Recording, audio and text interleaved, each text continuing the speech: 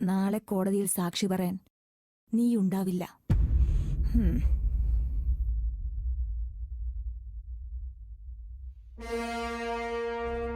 ഞാൻ പറഞ്ഞില്ലേ സാർ, 1 മണിക്കൂറിൽ കൂടുതൽ ബേബി ആന്റി സ്റ്റേഷനിൽ ഇരിക്കില്ലെന്ന്. സമ്മതിക്കൂല സാറേ, ഭരണപക്ഷവും പ്രതിപക്ഷവും. നിക്കടെ, നീ ഒരുപാട് വിറ്റ് പണമുണ്ടാക്കിയ നിന്റെ മരുന്നിന് അടിമയായ നിന്റെ മകളെ അബോധാവസ്ഥയിൽ എന്റെ കയ്യിൽ കിട്ടിയിട്ടുണ്ട്. എന്റെ കാക്കിക്കുള്ളിലെ നല്ല മനസ്സുകൊണ്ട്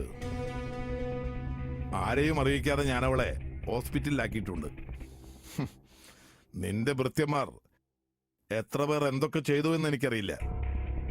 അവരുടെ കണക്കൊക്കെ നീ എടുത്താ മതി. നിന്റെ അഹങ്കാരം ശമിക്കുമ്പോ നീയൊന്ന് പോയി കാണ്.